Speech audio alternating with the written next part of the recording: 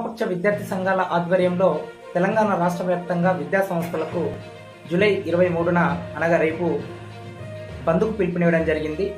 కాబట్టి తాను డివిజన్లో ఉన్నటువంటి అన్ని పాఠశాలల అదేవిధంగా కళాశాలల యాజమాన్యాలు, ప్రిన్సిపల్స్, ఉపాధ్యాయులు, విద్యార్థులందరూ ఈ బంద్కు సహకరించాలని, దాంతోపాటు మీడియా మిత్రులు కూడా ఈ బంద్కు సహకరించాలని ప్రత్యేకంగా ప్రోగ్రెసివ్ డెమోక్రటిక్ స్టూడెంట్ యూనియన్ తరఫు నుంచి నేను కోరడం జరుగుతూ ఉన్నది.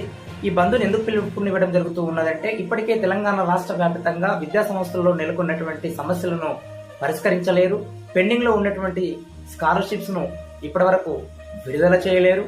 దాంతోపాటు ఇప్పటికీ చాలా హాస్టల్స్ కానీ లేదా పాఠశాలలు, ప్రభుత్వ పాఠశాలలు కానీ లేదా గురుకులాలు, మోడల్ స్కూల్స్ ఇలాంటివి అద్దె భవనాలలో కొనసాగుతున్న పరిస్థితి కనబడుతూ ఉన్నది ఇప్పటికే.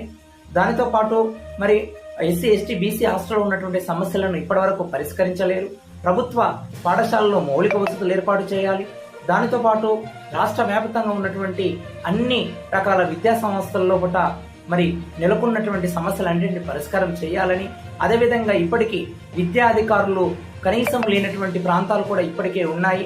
కాబట్టి ఎక్కడెక్కడైతే విద్యాధికారులు పోస్టులు ఖాళీన్నాయో వాటిని వెంటనే భర్తీ చేయాలని, ఇలా అనేక సమస్యల మీద రేపు వామపక్ష విద్యార్థి సంఘాల ఆధ్వర్యంలో పిలుపుననేది బంద్కు పిలుపునివ్వడం జరిగింది. కాబట్టి దీనికి అందరూ సహకరిస్తారని, విద్యార్థులు పెద్ద ఎత్తున రేపు ఈ మా యొక్క బంద్ కార్యక్రమంలో పాల్గొంటారని ప్రోగ్రెసివ్ డెమోక్రటిక్ స్టూడెంట్ యూనియన్ తరఫు నుంచి మీ అందరినీ ప్రత్యేకంగా కోరుతూ అందరికీ విప్లవాభివందనాలు తెలియజేస్తున్నాను.